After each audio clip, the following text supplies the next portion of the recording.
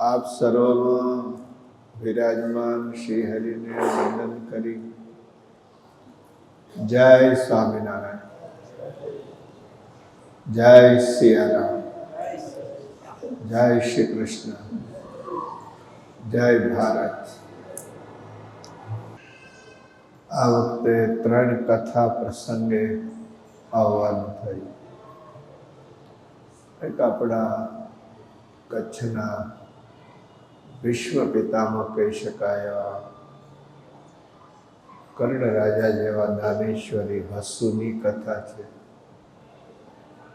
પૂર્વ આફ્રિકામાં એક કથા છે આપણા મંદિરમાં, અને એક કથા અરુસામાં છે. વાલા ભક્તજનો, આ દાર ઇસ્લામ જેટલું પૂર્વ આફ્રિકા જૂનું છે એટલું જ દાર ઇસ્લામ જૂનું છે. તમે યુવાનો તો જૂના કેટલા હશો મને ખબર નથી. આ તરાજાને 58 વર્ષ થયા, બોલો. અને દાદી 58 વર્ષ તરાજા થયા. હવે તો આવો તરાજો થતો નથી. વાલા ભક્તજનો, ગમે એ કામ ધંધા કરો, સર્વિસ કરો, પણ કેન્દ્ર બિંદુ સાથે જોડાયેલો રહેવું. પણ સમજવું એ જોઈએ કે which one that, what's the center point. ઊંઘમાંથી ઉઠાડીને તમને કોઈ પૂછે ને તમારા સત્સંગનું કેન્દ્ર બિંદુ કયું છે, તો ઊંઘમાંથી ઉઠાડીને તોય કેવું જાય ભગવાન સ્વામિનારાયણની મૂર્તિ એ અમારું કેન્દ્ર બિંદુ છે. Not this or that. આ માળાને તમે જુઓ છો, રાઈટ, અને ફેરવો છો. 108 પારા છે. આ પારાને આ એક સરખા પકડી કોણ રાખે છે, બોલો? અંદર the invisible string is there which holds the whole beats. આ બધા પારાને એક અદ્રશ્ય દોરો પકડી રાખે. એમ આ સમગ્ર વિશ્વને, ન માત્ર સમગ્ર વિશ્વને, અનંત કોટી બ્રહ્માંડોને કોકે અંતર્યામી શક્તિથી પકડી રાખ્યા છે. એ કોણ છે?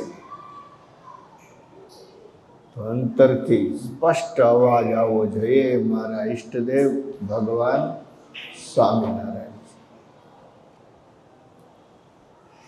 સત્સંગ જીવનમાં પરબ્રહ્મ પ્રકરણમાં એ જ વાત આવે. આપણે બધા એકમાત્ર પરબ્રહ્મ પુરુષોત્તમ નારાયણના ઉપાસક છીએ. See the big difference. આપણે પુરુષોત્તમ નારાયણની ઉપાસના કરીએ છીએ,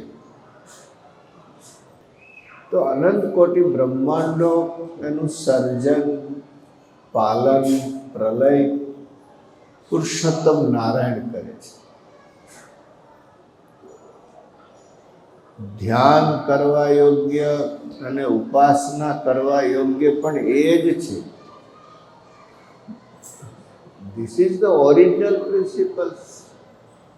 પણ પછી તમને કદાચ બીજે મજા આવે તો એ તમારી મરજીની વાત છે. મહારાજનો સિદ્ધાંત આ છે.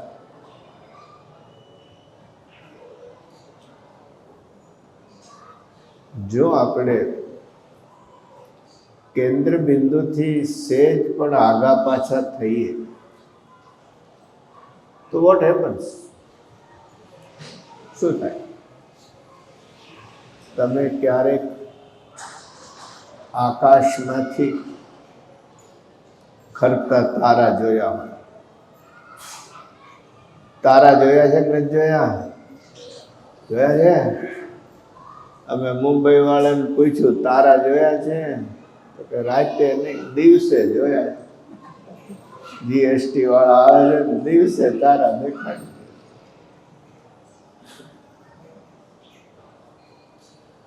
Why are those fallings?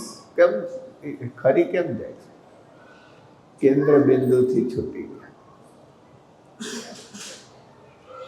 એટલે ફોલિંગ સ્ટાર્સ, ખરતા તારા બિના.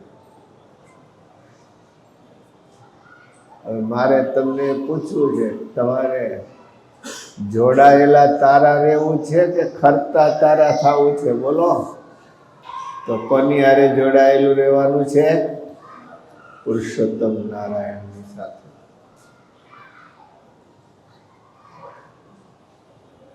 હું એકલો નથી કહેતો, ચારે વેદ એ શીખવે છે કે ભગવાન નારાયણ શ્રેષ્ઠ છે. ભાગવત જેવા પુરાણો શીખવે છે ભગવાન નારાયણ શ્રેષ્ઠ છે. વચનામૃત અને શિક્ષાપત્રી શીખવે છે કે ભગવાન નારાયણ શ્રેષ્ઠ છે. એની જ ઉપાસના થાય, એનું જ ધ્યાન થાય. સદગુરુ ગુણાતીતાનંદ સ્વામીએ તો સ્પષ્ટ લખ્યું કે અક્ષરધામમાં 2 ચરણારવિંદની ઉપાસના છે, 4ની નથી. અક્ષરધામ એક એવું ધામ છે જ્યાં ભગવાન પોતાની બધી શક્તિઓને પોતામાં સમાવીને બેઠા છે. આ અંગે કઈ શિક્ષાપત્રી કહે છે? તમે તો રોજ વાંચો છો, હું જે વાત કરું છું એ ક્યાંય શિક્ષાપત્રીમાં આવે છે? મારું નથી કહેતો. મહારાજે શિક્ષાપત્રીમાં શું લખ્યું કે ભગવાનના ભક્ત લક્ષ્મીજી વગેરે જ્યારે ભગવાનમાં લીન હોય ત્યારે ભગવાન એકલા જ હોય છે. કે લખે છે કે લખે? ત્યારે ભગવાન એકલા હોય છે. અને it's not in only Shikshapatri, it's in Pancharatra શાસ્ત્ર. અમે ભગવાન સ્વામિનારાયણનું દર્શન નામનું પુસ્તક લખ્યું છે. ગુજરાતી પણ છે, સંસ્કૃત પણ છે, જે ખરેખર જ્ઞાનને માર્ગે ભગવાનને રસ્તે ચાલવા માંગે છે, જ્ઞાનને માર્ગે ચાલવા માંગે છે, એમને એ વાંચ્યું છે. વડતાલ હરિકૃષ્ણ મહારાજ મહોત્સવ પ્રસંગે એ પુસ્તક બહાર પડેલું છે. જે જ્ઞાન માર્ગે સમજવા માંગે છે એ વાંચો એટલે તમારું વચનામૃતનું વાંચન સહેલું થઈ. એમાં કેટલાય પ્રશ્નોના સમાધાનો શાસ્ત્રીય રીતે છે. સ્વામિનારાયણ ભગવાન સાથી ભગવાન છે, ભગવાનના અવતાર થાય છે કે નથી થતા. શિક્ષાપત્રીમાં પહેલા શ્લોકમાં ભગવાન રાધા કૃષ્ણ દેવનું ધ્યાન કરે છે તો એ ભક્ત છે કે ભગવાન છે? આ બધા પ્રશ્નોનું ભગવાન સ્વામિનારાયણના પૂર્ણ પુરુષોત્તમ નારાયણપણામાં કારણ શું છે? 13 કારણ દેખાય અને શાસ્ત્રીય રીતે દેખાય. સમય મળે તો મુમુક્ષુએ વાંચવું જોઈએ. હમણાં 5 અનાદિ ભેદની વાત આવી. કેવો સરસ પ્રશ્ન! આપણો વારસો છે. મહારાજે કેવો સરસ પ્રશ્ન કર્યો છે અને કેવા સરસ ઉત્તર આપ્યા છે. પછી મુક્તાનંદ સ્વામીએ કયું ઉત્તર આપ્યા, પણ એ શાસ્ત્રમાં ક્યાં છે એ પ્રમાણો અમે એમાં ટાંક્યા છે. કે જીવની વાત શાસ્ત્રમાં ક્યાં છે, ઈશ્વરની ક્યાં છે, માયાની ક્યાં છે, બ્રહ્મની ક્યાં છે, પરબ્રહ્મની વાત ક્યાં છે. એટલું જ નહીં, જીવ અને ઈશ્વરના ભેદ વિશે આપણે સ્વામિનારાયણ જ નહીં, અન્ય શાસ્ત્રો શું કહે છે, ઈશ્વરો અને બ્રહ્મના ભેદ વિશે શાસ્ત્રો શું કહે છે, વાત ઝીણી થઈ જાય. જ્ઞાન માર્ગે જવું હોય સમજવું બહુ જરૂરી છે. બ્રહ્મ અને પરબ્રહ્મ વચ્ચે શું ભેદ છે? અક્ષર બ્રહ્મ અનંત કોટી બ્રહ્માંડોમાં વ્યાપી શકે, પણ પરબ્રહ્મમાં ન વ્યાપી શકે. તો બિગ ડિફરન્સ, એની લિમિટ આવી જાય. અને પૂર્ણ પુરુષોત્તમ નારાયણ પરબ્રહ્મ એવા છે બધાયમાં વ્યાપી જાય. There is no limit. ભગવાને શેખજીને ઐશ્વર્ય દીધું. મહારાજે કીધું જાઓ કચ્છમાં જઈને સત્સંગ કરાવો. અરે મહારાજ મને કાંઈ આવડે નહીં, હું શું કરાવું, મને કાંઈક ઐશ્વર્ય આપો. મહારાજ કે ઐશ્વર્ય આપો પણ શરત સાથે આપો.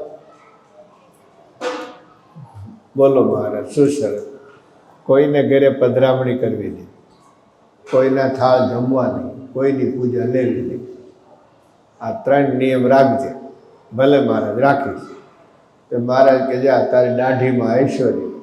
બધા ભેળા થાય એટલે તારે કાંઈ ઉપદેશ નહીં દેવાનો, એટલું જ કહેવાનું. શું કહેવાનું? દેખો મેરી દાઢી. એ દેખો દાઢી કહે એટલે આ બધાને સમાધિ થઈ ગઈ. તો બધાને થઈ ગયું ઓહો ઓહો ઓહો શેખજી શેખજી શેખજી. પછી પબ્લિક મૂકે અમારે ત્યાં પધારા. ના ના ના ના મહારાજે ના પાડી છે. અમારો થાળ ના ના ના ના મહારાજે ના પાડી છે.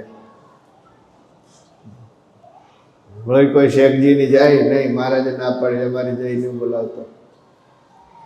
પણ કેટલા દાડા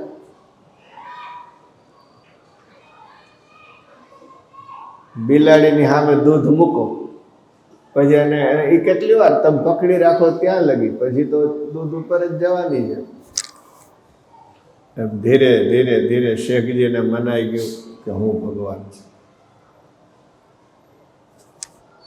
એ વાત મહારાજની ખબર પડી. બ્રહ્માનંદ સાહેબ મહારાજ હા તમારો શેખજી તો ભગવાન થઈને પૂજાય, ઘરે ઘરે પધરામણી, ઘરે ઘરે થા અને હું જ ભગવાન. તમારું નામે ભૂલી ગયો. મહારાજ કેમ? આ તમે પંખો બંધ કર્યો તો શું કર્યું? શું કર્યું? ફૂંક મારી હતી, કેમ મૂંઝાઈ ગઈ? ખાલી આમ જ કર્યું ને, સ્વિચ કરી પંખો બંધ થઈ ગયો. મહારાજ આમ કર્યું ને દાઢીનો દીવો બંધ થઈ ગયો. બધા ભેગા થયા. દેખો મેરી દાઢી. થાય કાંઈ? દેખો મેરી દાઢી. કાંઈ નહોતું. મહારાજ દીવો ઓલવી નહીં. પછી તો એવું એટલું માન એટલું અપમાન. આ દુનિયાનો કોઈ ભરોસો નહીં કરો. આપણા ક્રિકેટરો સેન્ચુરી મારે તો બધા વાહ વાહ કરે, અને જો ઇન્ડિયા હારી જાય હુરિયો બોલાવે. અને એમાં જો ભારત ને પાકિસ્તાનની મેચ થતી હોય તો તે દિવસે તમારે કોઈ કામ જ ન કરે. ક્યારે શું કરે કાંઈ કહેવાય. ડાયા માણસો મહાપુરુષો ક્યારે દુનિયાના અભિપ્રાય ઉપર નથી ચાલ્યા. એ પોતાના અંતર્યામીના અભિપ્રાય ઉપર ચાલ્યા. દુનિયાને જે કરવું એ કરે. સત્યનો આધાર છોડાય.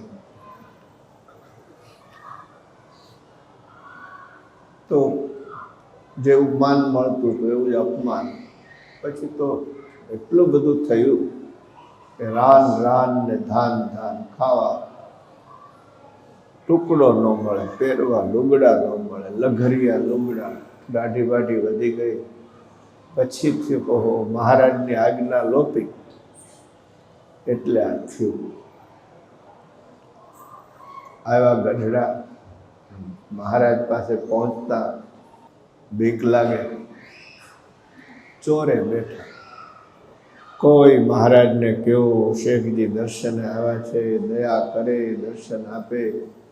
કોઈ કેવું શેખજી આવ્યા છે દર્શન, મહારાજ દર્શન કરવા છે, દયા કરે દર્શન.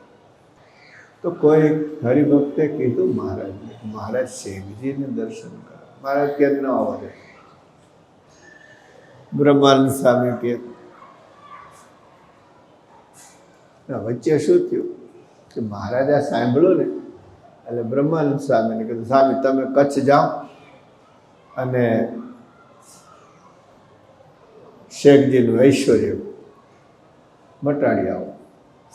બ્રહ્માનંદ સ્વામી કે મહારાજ મારે જવાની જરૂર જ નથી, તમે સંકલ્પ કર્યો એટલે એ દીવો ઓલવાઈ ગયો, મારે કચ્છ જવાની જરૂર જ નથી, તમારો સંકલ્પ. પછી સંતોએ વિનંતી કરી તો કે એક શરત, દાઢી મુંડાવી ના, માથું મુંડાવી ના, અમારા સાધુના જોડા માથે લઈને પ્રદક્ષિણા કરે તો અમે એને પાસે આવવા દઈએ. શેખજી સમજતા હતા ભગવાન તો છે જ. દાઢી મુંડાવી નાખી, માથું મુંડાયું, દર્શન આવ્યા, દંડવત કરે, જોડામાં બેસી ગયા. મહારાજ તો દયાળુ છે, બોલાવ્યા. ત્યાં બ્રહ્માનંદ સ્વામીએ મરમ કર્યો કે મહારાજ આ મિયાની દાઢી ક્યાં ગઈ? તો દાઢી રાખે, આ મિયાની દાઢી ક્યાં ગઈ?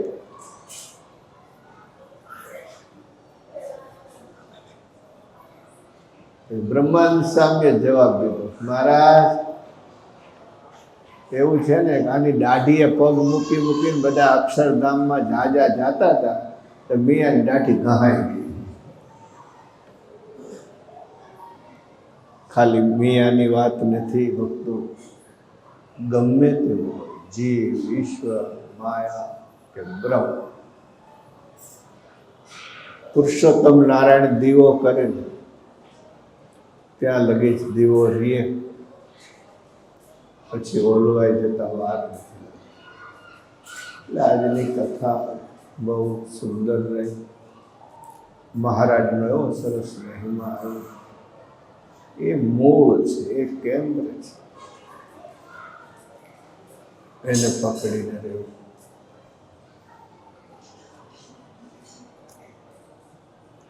ધ્યાન કરવું તો એ મૂર્તિનું,